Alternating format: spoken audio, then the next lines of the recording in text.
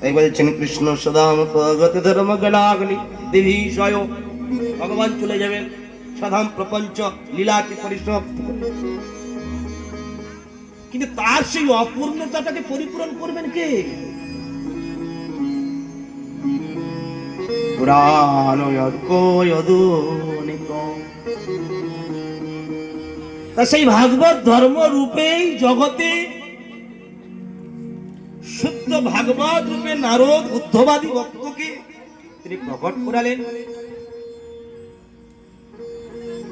বৈষ্ণবাদী ভক্তের দ্বারা সেই বিগ্রহকে জগতে প্রকট করালেন। বেদব্যাসের দ্বারা 18,000 শ্লোক নাম গুণ রূপ লীলারূপ ভাগবত গ্রন্থরূপে প্রকাশ করলেন। আর কলিযুগে নিত্যানন্দ হরিদাস ঠাকুরের দ্বারা নাম ব্রহ্ম ভাগবত রূপে জগতে রক্ষা কবচ রূপে আমাদেরকে রক্ষিত করে গেলেন। জগতের একমাত্র কলুষিত এই ছায়া সংসারকে কেউ যদি নির্মুক্ত হতে চায় কোনদিন পারবে না। কেন গীতাতে বলছেন দৈবী হেস্যা গুণময়ী মম মায়া দূরত্বয়া, কিন্তু মামেব যে প্রপদ্যন্তে। কখনো কোনদিন আমার এই সাজানো সংসারের মায়া মোহ মমতা এই যে খলস ধর্মের রূপে যে জগৎ যে মোহিত আছে এটা জয় করা অত্যন্ত কঠিন। সাধু গুরু বৈষ্ণব পর্যন্ত সেখানে ফেল হয়ে যাচ্ছে। কিন্তু ভগবান বলছেন মামেব যে প্রপদ্যন্তে। তাহলে ভগবান চলে গেছেন মামেব যে প্রপদ্যন্তে।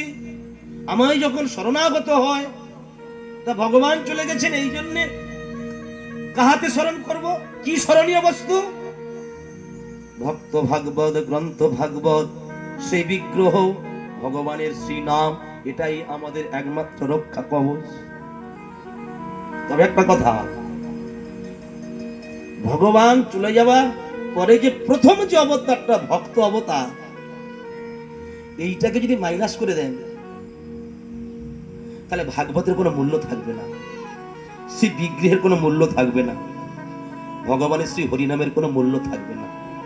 নাম প্রভু, বিগ্রহ প্রভু, ভাগবত প্রভু একমাত্র জগতে প্রতিষ্ঠিত হবে।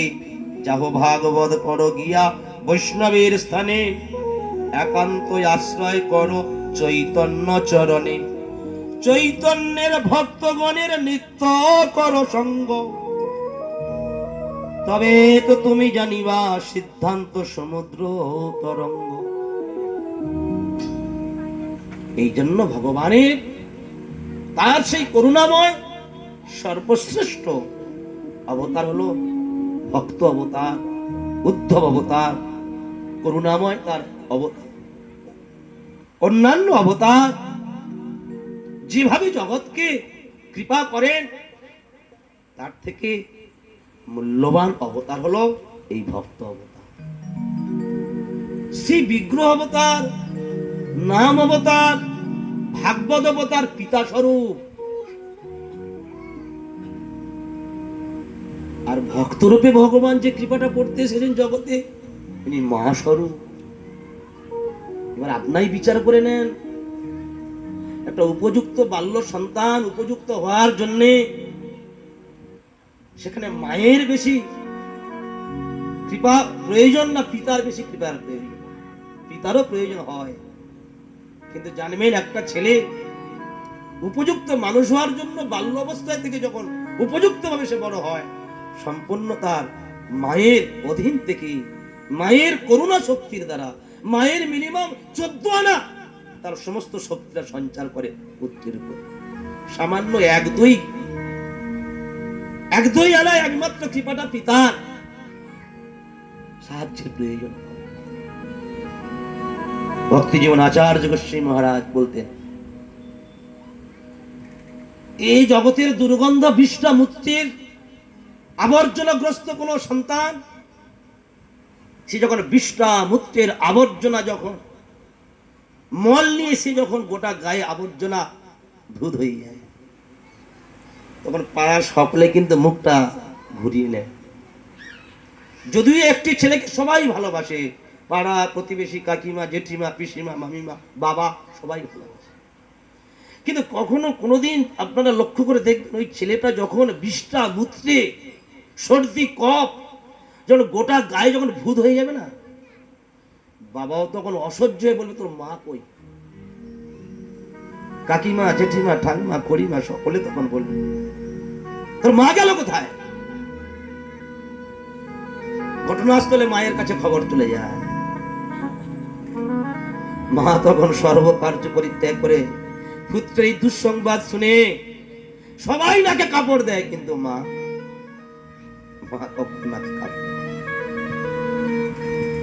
তিনি অতি স্নেহ ভালোবাসা নিয়ে তারা দুটি হাত দিয়ে কোমল স্পর্শের দ্বারা সেই সন্তানকে স্নেহময় ভালোবাসার দ্বারা তুলে নিয়ে গিয়ে স্বচ্ছ পরিষ্কার জলে সাবান, সার্ফ, সেন্ট, তেল অত্যন্ত নিপুণতার সহিত তার গায়ের চামড়ায় যাতে না লাগে সে যাতে তারা কান্নাকাটি করে অতি স্বচ্ছন্দ কমল স্নেহ ভালোবাসার দ্বারা তাকে পরিমুক্ত করে মাথায় সেন্ট, তেল দিয়ে কাজল দিয়ে টিপ দিয়ে যখন ছেড়ে দেয় তখন তার গায়ে দুর্গন্ধ থাকে না, অত্যন্ত সেন, অত্যন্ত ভালো লাগে। পাড়া প্রতিবেশী তখন সবাই আনন্দে সাগরে সেই ছেলেটাকে তখন চুম্বন করে, ছেলেটাকে কোলে নেয়, বাবাও তখন মাথায় নিয়ে তাকে বাজারে চলে যায়। ঠিক আজ আমার সেই করুণার অবতার ভক্তি প্রসাদ বিষ্ণু গোস্বামী মহারাজ, যদিও বলছি ভগবান জগৎ থেকে চলে যাওয়ার পর তিনি অনেক অনেক বস্তু আমাদের কৃপা করবার জন্য রেখেছে, ভাগবত, বিগ্রহ, শ্রী নাম, কিন্তু প্রকৃত মায়ের স্নেহ, মায়ের ভালোবাসা, মায়ের মমতার সাথে যতক্ষণ পর্যন্ত ছেলে কানেকশন না হয় ছেলে প্রকৃত বড় হয় না। তাই সেই মা স্বরূপ ভগবানের করুণাময় নিদান হলো এই ভক্তি প্রসাদ বিষ্ণু গোস্বামী মহারাজ, জগৎগুরু প্রভুপাদ ভক্তি সিদ্ধান্ত সরস্বতী ঠাকুর, নিত্যলীলা প্রবিষ্ট পরম ভাগবত ভক্তি দ্বৈত মাধব গোস্বামী, এরাই কৃপা করে অনাদি অনন্তকালে যে রত্নাকর দস্যুকে সবাই বাতিল দিয়েছিল, কেউ তাকে ভালোবাসেনি, এমন ভয়ঙ্কর দস্যুর নাম শুনে সবাই তাকে ঘর থেকে বের করে দিয়েছিল, কিন্তু জগতে সেই ভগবানের করুণাময় অবতার ভক্ত অবতার নারদ গোস্বামী একমাত্র রত্নাকর দস্যুকে নিজ স্নেহ মায়ায় মমতায় তাকে রাম মন্ত্র দিয়ে খনির মতো জীবনকে, যে দস্যু রত্নাকর খনি ছিল তাকে পর্যন্ত মনি করে দিয়েছে। তাই আমাদের জীবনে প্রকৃত রূপ, প্রকৃত চেহারা, প্রকৃত নির্মল আমার যে সহজাত প্রবৃত্তি, সেটা এ জীবনে অনাদি অনন্তকালের দেব দেবতা ব্রহ্ম ভুবনের লোকে এগুলো কারোর দ্বারা সম্ভব নয়। পিতা মাতা ভাই বোন আত্মীয় স্বজন 33 কোটি দেবতা সম্ভব নয়, একমাত্রই প্রয়োজন মহারূপে ভগবানের করুণার অবতার ভক্ত বিগ্রহই জগতে প্রকাশিত। আর সেই ভক্তের কৃপা, ভক্তের করুণা, ভক্তের কৃপা নির্দেশ কখনো কোনোদিন যখন কৃষ্ণ ইচ্ছায় আমি গ্রহণ করতে পারবো, আমার জীবন প্রকৃত সেই আত্মকল্যাণের প্রকৃত রাস্তা সুপ্রশস্ত হয়ে গৌর গোবিন্দের নাম করতে করতে আমার নিত্য আলয়, back to God, back to home. This is the message গৌরীয়ময়। শ্রী গুরু নিতাই গৌর প্রেমানন্দে। হরি হরি বল, হরি হরি